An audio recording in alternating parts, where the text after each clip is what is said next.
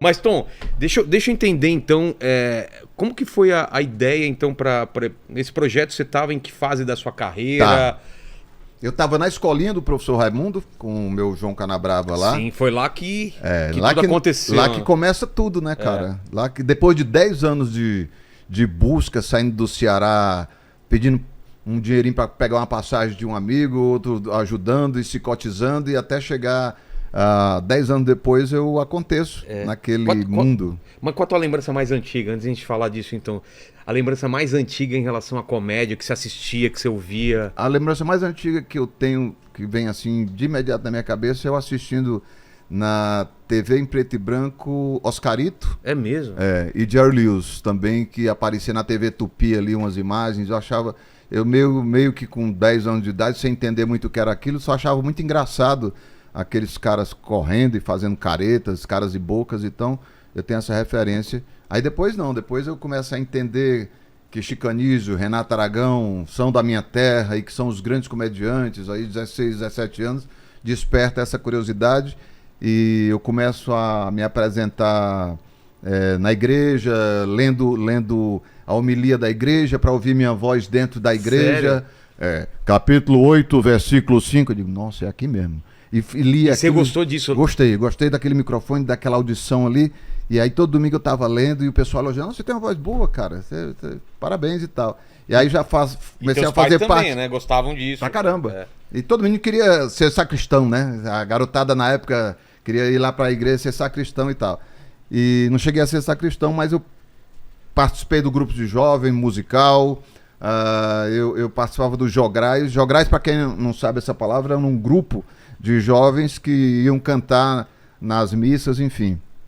Eu sempre estava atuando. Então minha vida começa na igreja. Você nunca foi tímido, então? Você era o cara que ia na frente, falava as coisas? De certa forma. Sempre muito... o palco me dava essa força. Me fazia esse diferencial de subir e me sentir... Mas no dia a dia você era normal, bem tímido. Tímido mesmo? Bem tímido, bem na minha... Falar com as garotas... Como até hoje eu sou. Até hoje. Eu fui beijar uma moça já com quase 22 anos, a primeira vez que eu beijei uma menina. É sério? Eu tô brincando. Eu perdi a virgindade com 18. Com mulher foi com 19, inclusive. Demorou pra caramba. Mas eu sempre fui muito quieto nesse sentido eu brincava que eu era aquele cara que dava as unhas, o gato, né, que dá as unhadas e esconde a unha, no sentido dessa metáfora. Então, na escola era isso. Na escola, quando o professor saía, lá estava imitando o cara. Ou então falava baixinho e alguém repetia a piada alta. Por aí. Quem foi que fez essa brincadeira? Eu na minha. Leva a culpa quem quis brincar e tal. Então, sempre fui muito na minha. E aí começam essas referências de família, que são naturais, né? Eu tinha... O que teus pais faziam? Meu pai, ele era vendedor. Papai foi vendedor de tudo no Ceará. Papai vendia, na minha infância, na minha tenra infância, vendia coleções da Barça. Pô, eu lembro disso aí, Delta Júnior. Quem tinha Barça em casa era muito rico, né? Só que a gente não era rico, mas como ele trabalhava, ele trazia. E haja eu afolhar aquilo e recortar, né? Porque não podia recortar, mas recortava.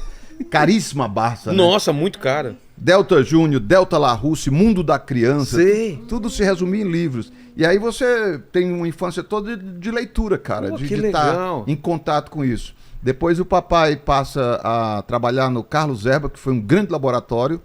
E remédio não faltava lá em casa, né? Remédio nem livro. Nem livro. Então eu passo a aprender um bocado de nome de remédio, que eu até falo no show Aldômetro, Lomdol, Gafan, 500mg, Diazepam, 600mg, Hipnol, né? Eu vi no seu show. E Gadernal, e Dormonide, e Lorax e tal. E aí o papai vende essa parafernália de remédios e eu me familiarizo com isso também, né? Hoje, por exemplo, se você tiver alguma coisa que você queira no momento que eu receito pra você, eu não tenho CRM, mas eu posso indicar, né? Eu tava com dor de cabeça agora hoje. Você tem que passar hipoglóssio dentro...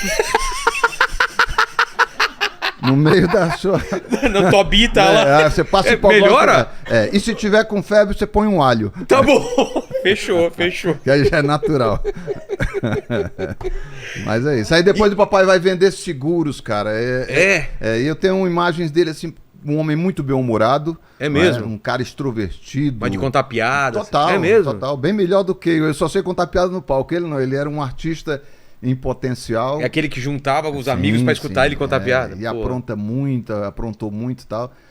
Teve uma vida longeva aí de 93 para 94 anos, viveu muito bem.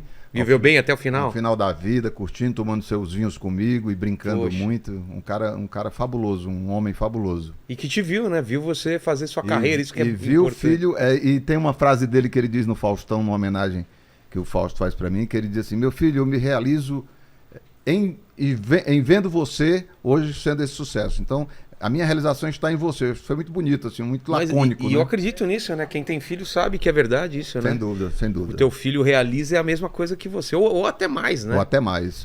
É um orgulho muito grande. Eu já tenho 3 aí, sei como é que é. E você falava para ele, assim, sobre ser comediante, de ir para São Paulo? Como que era o papo sobre isso?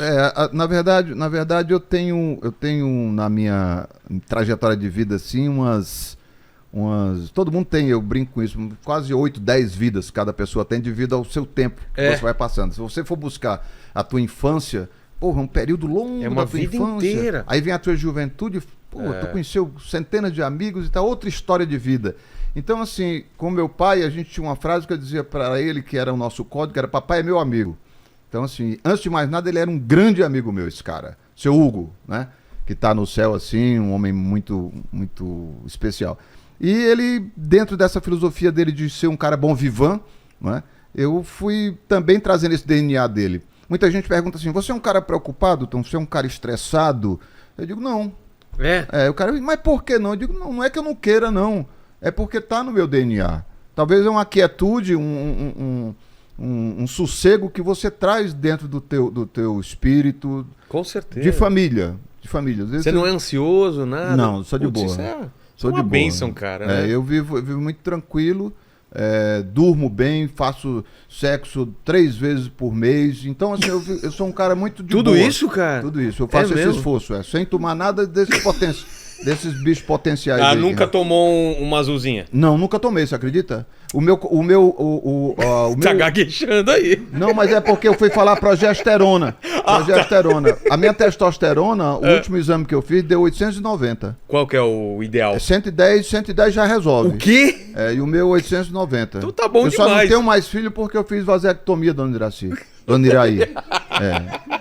É um touro, viu? Um touro. Eu acho que essa propaganda é enganosa. Mas o que importa é a propaganda, né? Claro. É óbvio. Você põe um invólucro e vende. Mas, cara, e aí a família toda muito divertida. Viviam bem. Tinha Socorro cantando, uma classe média. Porque como a economia dos anos 60, 70, todo mundo vivia uma classe média equilibrada. Eu sentia isso também, né? Não é?